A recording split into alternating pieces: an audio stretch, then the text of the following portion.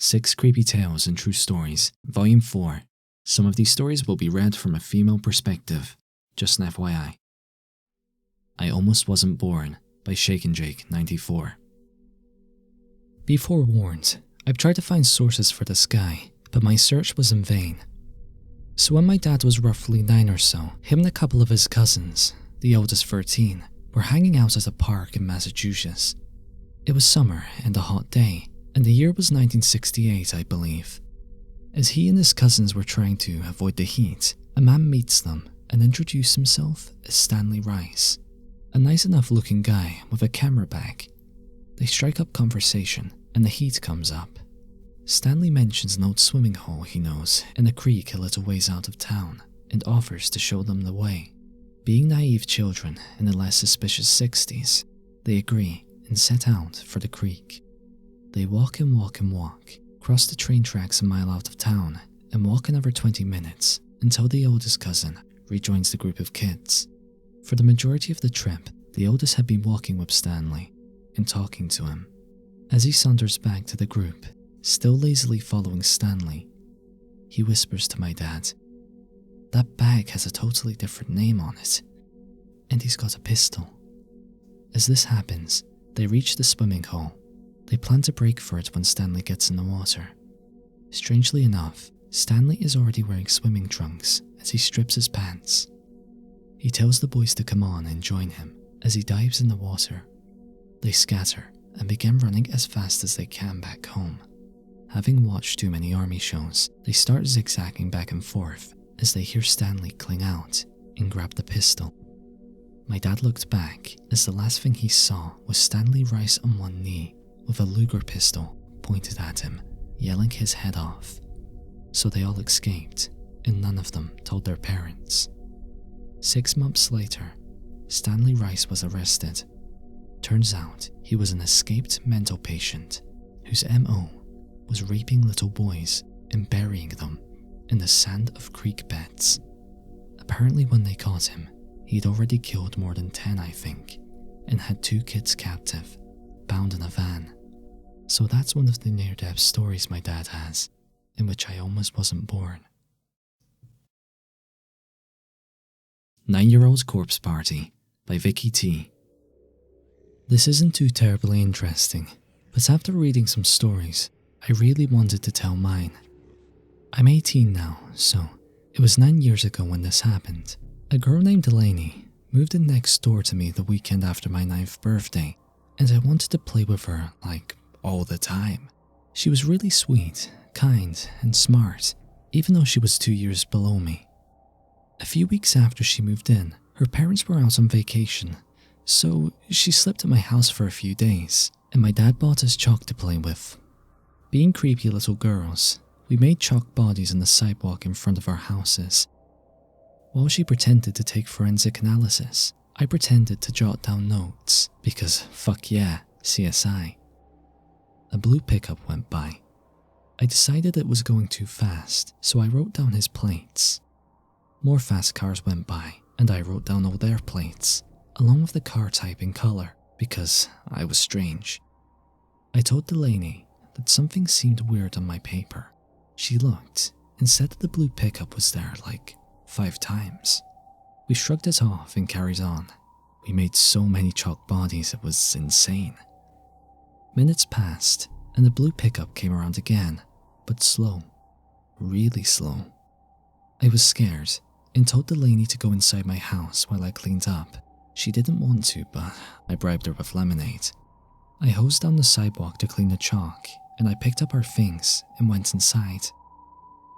The next day, forgetting all about the incident, Delaney and I held a lemonade stand because we wanted earrings. We did fairly well, and for 20 cents a Dixie cup, we made about $30 in one hot day. Before we packed up, a blue pickup truck came around. I was really scared, but my mom was with us like a good parent, so I held her hand and grabbed Delaney's dress. He walked up to us in a long brown coat and hat, even though it was like 90 or something. He smelled like smoke, not cigarettes, but like paper was on fire. He bought 3 lemonades, and I will never forget this for as long as I live. He lifted up his gross, ratty hat, looks me in the eye, and said this. "It's a real good thing you cleaned up all that chalk, little sister. I wish it had been darker. I would have made my own corpse party out there." He laughed and drove away.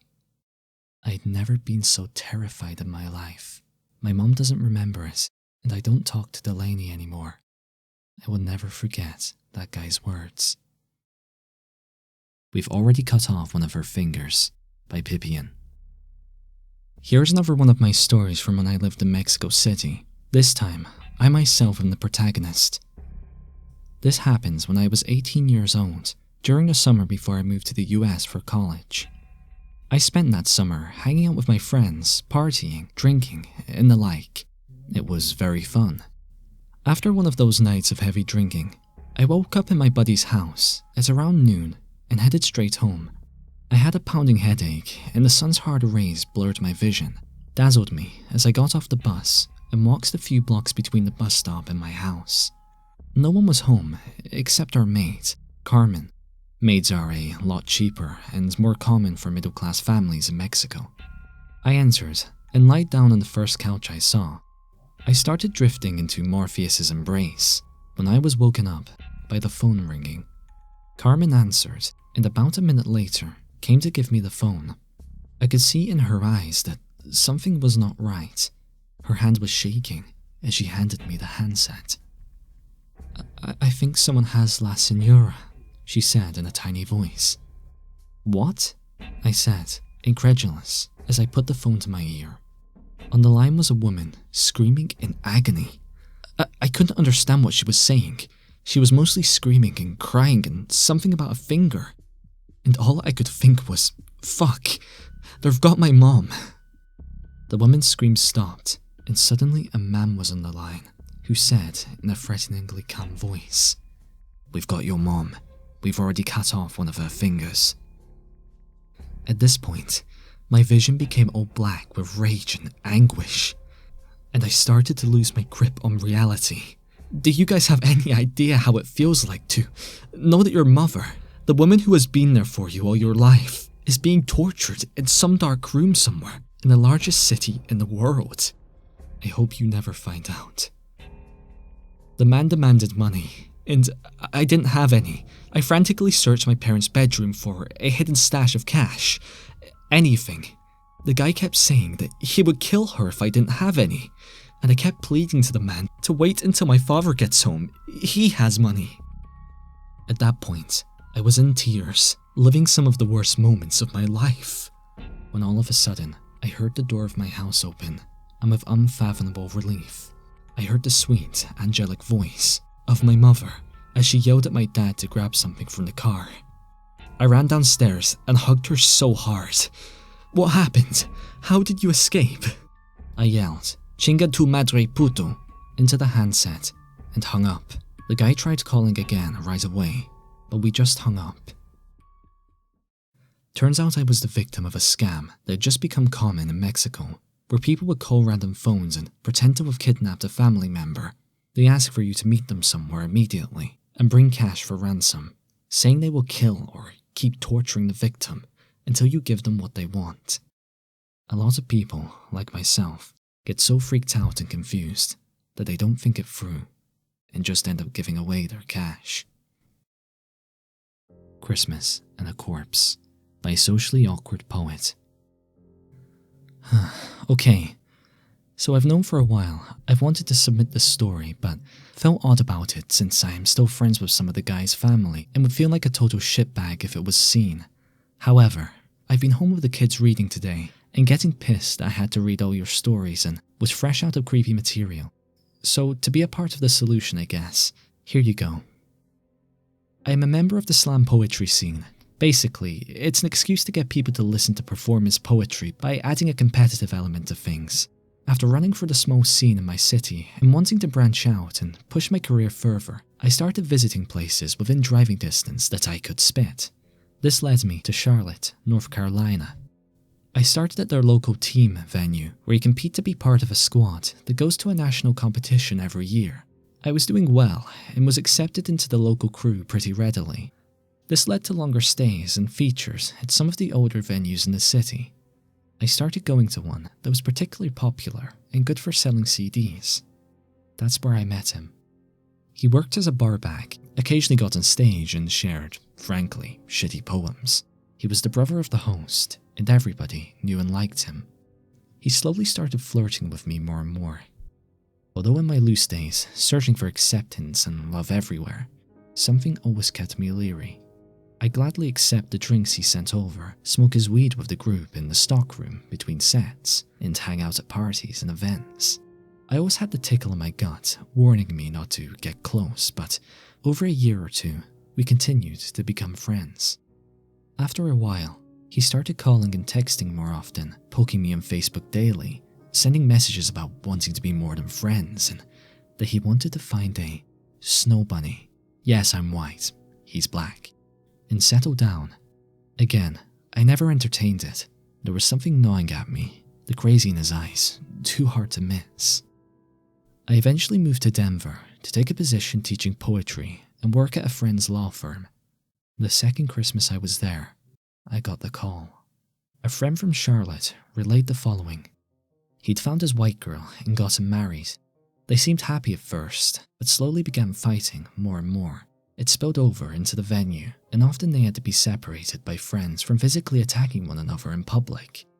One friend, later thinking back, remembers the last time she saw them together, him pushing his wife, followed by her throwing a drink in his face and scratching his neck deep enough to draw blood. She said after the couple had been dragged away from each other, she sat with him and smoked a cigarette. She said she laughed and said, "You guys are going to kill each other."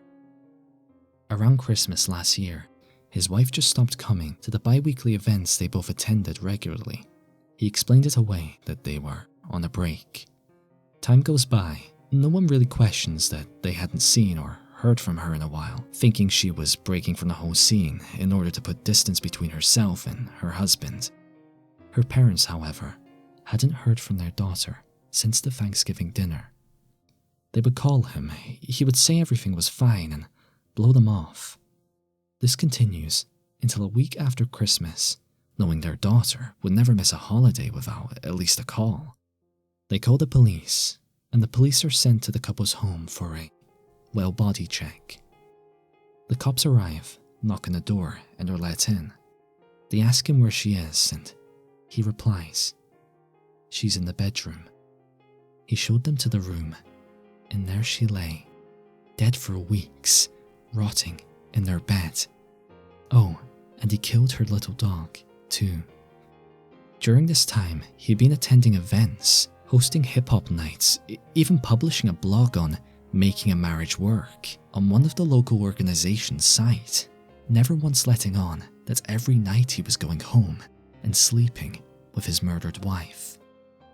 The sickest part of it all, he has a child from another relationship, a daughter whom he gets to celebrate every other holiday with. That Christmas, they opened gifts, had dinner, cuddled up on the couch and watched movies, less than 100 feet from her decaying stepmother. I don't know what would have happened if I'd ever taken him up on his offer to date, but I do know me and my gut are going to stay on speaking terms, and I will always, always listen. The Woman Singing at Night by Average Doorknob, narrated by Unit 522. Growing up, I always wanted to go on a bike ride at night. Something about it seemed really cool to me. It wasn't till I was about 13 that my mom finally let me. She told me to wear my helmet, have my phone, and take a flashlight. She set the parameters for where I was allowed to go. She gave me about 4 miles, which was a lot to me. So right after sunset, I was off. I loved it. There were no people walking their dogs, no kids running around, the temperature was perfect, etc. It was really fun, so fun that I ignored the limits my mom had set. You see, where I was biking was all walking paths.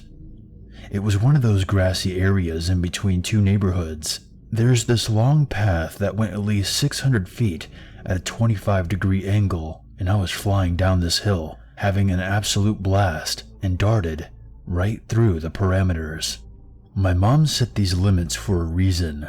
Everything on the inside was close to houses and people. The outside, more specifically, the place where the path I was on led to, was barren. I rode along this path for about 10 minutes before I could only see some of the lights of the houses on the inside of the city limits. After 15 minutes of riding along this dirt path, I hear singing. It sounded about 30 to 40 feet in front of me. I stopped riding to hear it better. It was a woman's voice. She was singing Eleanor Rigby by the Beatles, but she wasn't singing the words, just the melody of the vocals. Her voice was strange. You know how when you have phlegm in your throat, your voice gets all scratchy? That's what her voice sounded like. I inch forward to try and see her. I get close enough to see the silhouette of her bouncing up and down, like she was headbanging. I decide to get my flashlight out. I'm thinking that this person is in need of help or something, or maybe it's just an insane person and the light will scare them away. So I take the flashlight out of my pocket, point it at her, and turn it on. The moment the light hit her, she stopped moving completely. She was facing away from me. She had disgusting hair that seemed to be sticking together in clumps. Some of her hair was ripped off too. She was wearing a very oversized, bright red hoodie. I was almost too scared to move. I think she was too. I conjured up as much bravery as I could and said, "Sorry," in a very "oops, this is the wrong room" kind of way. She didn't respond. I turn off the flashlight and put it back in my pocket. Just as I was turning my bike around, she screams. She screams in an awful high-pitched voice. I damn near shit myself as I throw myself back onto my bike. I hear her voice getting closer to me. I book it as fast as I can. I don't look behind me. I don't stop pedaling. Her screaming grew quieter and quieter until it dissolved into the howling of the wind. Free Teddies by Duchess of Bacon. My grandparents lived in a big neighborhood. It was a nice old neighborhood with tall houses and trees everywhere. Every day after school, that's where I would go because my parents worked non-stop. After eating, I told my grandmother I was going down the street to play with one of my friends. I was never allowed to leave the sight of the house, but as I was biking down to meet my friend, I noticed a garage sale on a perpendicular street. There was only one truck parked by the sale, so it wasn't busy, and a friendly-looking old man that was running it. I figured it wouldn't hurt just to see if they had toys, so I biked down there. Immediately, I beelined to look at the toys because there was a lot of them. They were antique, beautiful dolls and stuffed animals, toy houses. All of them compelled my interest, but there was a small fluffy teddy bear near the cash register that I was simply mesmerized by. It was one of those old teddy bears, the ones with mechanisms on the arms and legs that made them move. It also had a distinct floral scent, which I'm pretty sure was the roses. As I held the teddy bear, I noticed the old man gazing at me from a lawn chair next to the cash register, which was halfway in the garage. Not a stare, not lust, but a gaze, almost like he had just seen an angel. He had a smile on his face, not warm really, not cold though, like I said, as if he had seen an angel. As I was a sheltered little girl, I didn't really see anything suspicious about this. I just stared and smiled back at him. He grinned again and told me to come sit on his knee and he'd tell me something. This creeped me out for a little bit. I knew what stranger danger was, but I inched closer because I was a stupid, curious little bastard. He put his hand on my shoulder, gently. He smelled like smoke and he needed a shave. Plus, he had these steel grey eyes that were just piercing. Paired with that smile, the situation was starting to get unnerving. He pulled me in close, on his knee, even though that's not what I had planned, and said, "I'll give you that teddy bear free if you give me a hug." Overjoyed, uneasiness completely disappeared from my mind, and I jumped into his arms. He hugged me tight, almost savoring the moment. It seemed so innocent. Hugs were Teddy's, and I didn't realize the perversion at the time, but he had his hands on my upper legs when the hug was finished. He was holding me there, but stroking his thumbs at the same time. Then he whispered, "I'll give you something else if you give me some sugar, sweetie." I pulled away and very politely told him no, thanked him heartily for the teddy, then skipped back down to my bike. As I turned back to wave at him, he smiled again. This time though, it wasn't the awestruck smile as before. It was dark, full of ill intent. He blew me a kiss. That grin on his face finally made me realize for the first time, okay, I'm very fucking scared now. I rode back home, told my grandmother about the really creepy guy, and told her that he gave me this cool bear. She was terrified and called the cops. I never knew what happened to the old man, but what I did gather from the predicament, he didn't actually live there. I was never bothered by the pedo again that I know of, but it shocked me that I didn't realize how truly scary this was until remembering it. He has me at full vulnerability, and yet he let me walk off.